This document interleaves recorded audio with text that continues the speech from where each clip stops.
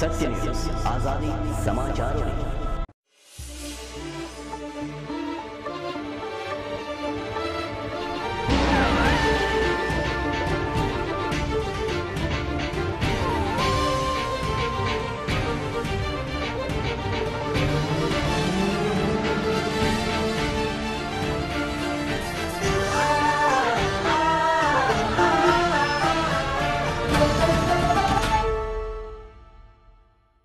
नमस्कार दर्शक मित्रों, सत्य न्यूज़ में हूं जय पटेल आप सौનું हार्दिक स्वागत करूं છું।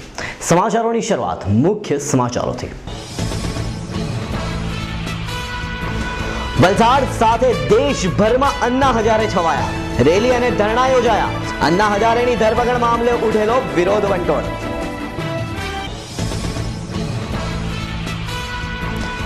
શહેરમાં માનવ મહેરામણ રેલીમાં ઉમટી પડ્યો। વલસાડમાં કેન્દ્ર સરકાર સામે બીજા સ્વાતંત્ર્ય સંગ્રામનો પ્રારંભ। અન્ના હજારેના ટેકામાં ડોક્ટરો, ઇજનેરો, વેપારીઓ અને વિદ્યાર્થીઓ પણ જોડાયા। વલસાડમાં ચોરીના બનાવોનો સિલસિલો જારી, 2 સ્થળોએ તાળા તૂટ્યા। વલસાડની મણિવા હાઈસ્કૂલમાં યોજાયેલી દેશભક્તિ ગીત સ્પર્ધા, પૂજ્ય મણિવાની પુણ્ય સ્મૃતિ અંતર્ગત કરાયું આયોજન। ખેરગામની કુમાર શાળામાં સ્વાતંત્ર્ય દિને પુસ્તક વિમોચન કરાયું। પાડી નગરપાલિકાની સામાન્ય સભામાં 21 કર્મચારીઓને ફરજ ઉપર લેવા ઠરાવ। પાડીમાં અન્નાના સમર્થનમાં નીકળી રેલી। હવે સમાચારો વિસ્તારથી। આખા દેશમાં વકરેલા ભ્રષ્ટાચાર અને મોંઘવારી અને ગુંડાગર્દી સહિત અસ્તવ્યસ્ત બનેલા તંત્રની સામે લોકપાલ બિલની લોકશાહીના ઢબે રચના કરવાની માંગ કરી રહેલા અન્ના હજારે અને તેમની ટીમે અગાઉથી જ જાહેર કરેલા 16 ઓગસ્ટથી ઉપવાસ આંદોલનને કચડી કાઢવા માટે કેન્દ્ર સરકારે અન્ના હજારે અને તેમની ટીમના સભ્યોની ધરપકડ માટે પોલીસને આદેશ કરતા અન્ના હજારે અને તેમના ટેકેદારોની ધરપકડ થતા દેશભરમાં ભારે વિરોધ પ્રદર્શન થયું હતું અને સરકારની સરમુખ્યતાશાહી સામે લોકોમાં રોષ વ્યાપી ગયો હતો। વલસાડ શહેરમાં પણ આઈએસી અને જાગૃત નાગરિકો તેમજ સંસ્થાના પ્રતિનિધિઓએ ધરણા યોજી ગાંધીવાદી નેતા અન્ના હજારેનું સમર્થન કર્યું હતું। સરકારે આંદોલનને કચડી કાઢવા માટે ભરેલા પગલામાં અન્ના હજારેને 14 દિવસ માટે તિહાર જેલમાં ધકેલી દેતા તેના દેશભરમાં ઘેરા પ્રત્યાઘાતો ઉઠી રહ્યા છે અને લોકશાહી દેશમાં લોકશાહી જેવું કશું જ નહીં હોવાનું સપાટી ઉપર આવી રહ્યું છે। કારણ કે જે સરકારની દાદાગીરી સામે અવાજ ઉઠાવવા જાય છે તેની પાછળ તપાસ મૂકીને તેને હેરાન કરવામાં આવે છે। અગાઉ જ્યારે બાબા રામદેવજીએ સરકારના ભ્રષ્ટાચાર સામે અવાજ ઉઠાવ્યો ત્યારે તેમનો પણ અવાજ હાલ થયા ન હતા અને તેમના ટ્રસ્ટ સામે તપાસ મૂકીને તેઓને હેરાન કરવામાં આવી રહ્યા છે। તે જ રીતે હવે સરકાર સામે અવાજ ઉઠાવનાર અન્ના હજારેની ધરપકડ કરાઈ છે અને તેમના ટ્રસ્ટ સામે તપાસ મૂકી દઈ અન્ના હજારેનું મોરલ તોડવાના પ્રયાસો થતા જનતામાં સરકારની ભ્રષ્ટ નીતિ ખુલ્લી પડી ગઈ છે। જ્યારે વલસાડ શહેર અને દેશભરમાં ઠેર ઠેર લોકોમાં સરકાર વિરોધી જુવાળ જોવા મળ્યો હતો।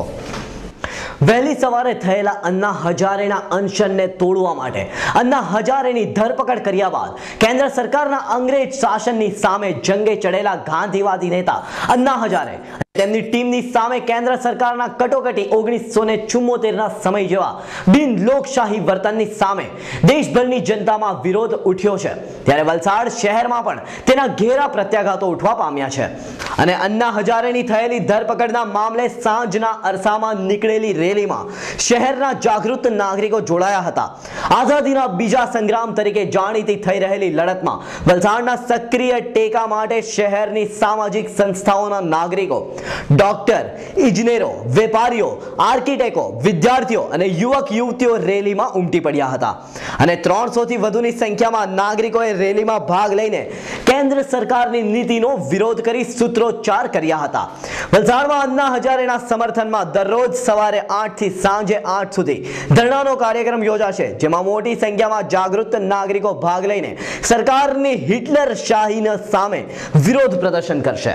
અને અન્નાની ધરપકડ બાદ અન્નાની ટીમના પ્રશાંત ભૂષણની પ્રેસ કોન્ફરન્સ બોલાવવામાં આવી હતી। उनके बहुत सारे सपोर्टर्स जो वहां आए हुए थे, उन सबको अरेस्ट कर लिया गया। मयूर विहार में कोई धारा 144 नहीं लगी थी, कोई कानून का उल्लंघन नहीं हो रहा था, लेकिन फिर भी इन सबको अरेस्ट कर लिया गया। और उसके बाद जो जो लोग राजघाट पहुंचते गए, उन सबको अरेस्ट कर लिया गया। अभी तक सूचना ये मिली है कि 2500 से ज्यादा लोगों को अरेस्ट करके छत्रसाल स्टेडियम, जो कि दिल्ली यूनिवर्सिटी के पास है, वहां रखा गया है। अन्ना हजारे के बाद, उनको अरेस्ट करने के बाद किरण बेदी जी को, शांति भूषण जी को, सबको वहां से राजघाट से अरेस्ट कर लिया गया है। अन्ना हजारे ने अपना अनशन, जहां उनको डिटेन करके रखा है, पुलिस लाइंस, सिविल लाइंस की जो पुलिस मेस है, ऑफिसर्स मेस है, वहां से ही अपना अनशन शुरू कर दिया है। 10 बजे से सुबह। सवाल इस देश के सामने आज ये खड़ा हुआ है, क्या आज इस देश की सरकार लोकतंत्र और जनतंत्र में विश्वास करती है कि नहीं?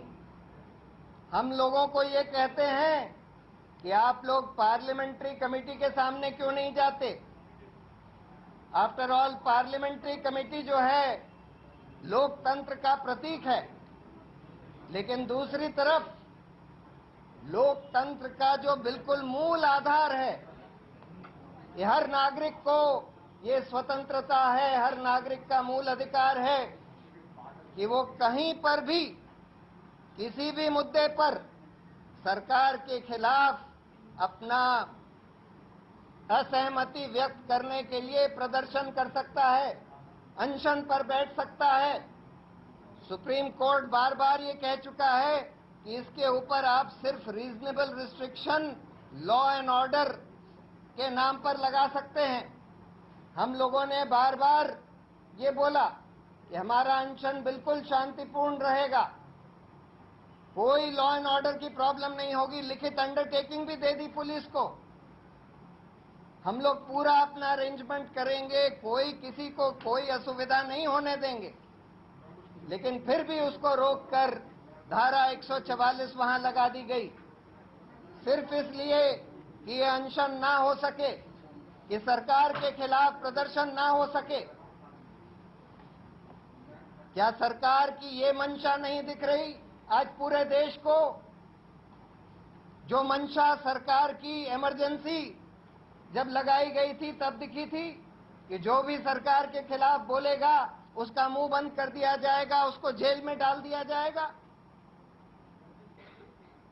इसीलिए आज जरूरी हो गया है, आज सारे देश में इसके खिलाफ प्रदर्शन चल रहे हैं।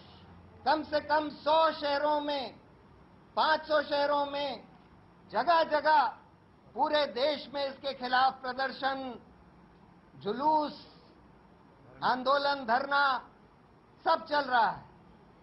कई जगह और भी शहरों में गिरफ्तारियां हुई हैं। सरकार का एटीट्यूड पूरा कॉलोनियल, सरकार की मंशा आज वो नहीं दिख रही जो कि एक लोकतांत्रिक सरकार की होती है।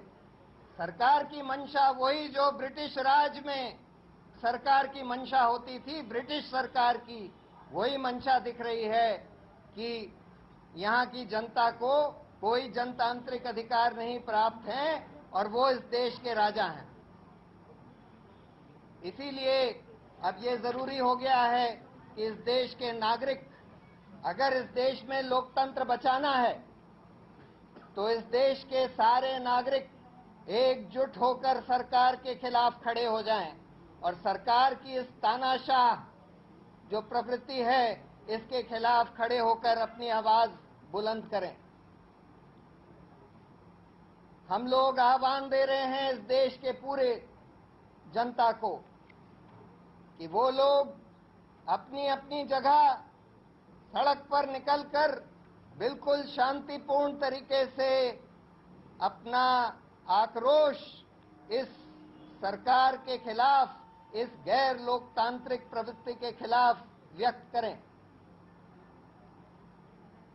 आज 12:30 बजे छत्रसाल स्टेडियम के बाहर बहुत सारे युवक इस दिल्ली यूनिवर्सिटी के, दिल्ली के वहां पर अपनी गिरफ्तारी देने, सरकार के इस प्रवृत्ति के खिलाफ आवाज उठाने के लिए पहुंचेंगे, जिसमें कुमार विश्वास जी भी जा रहे हैं।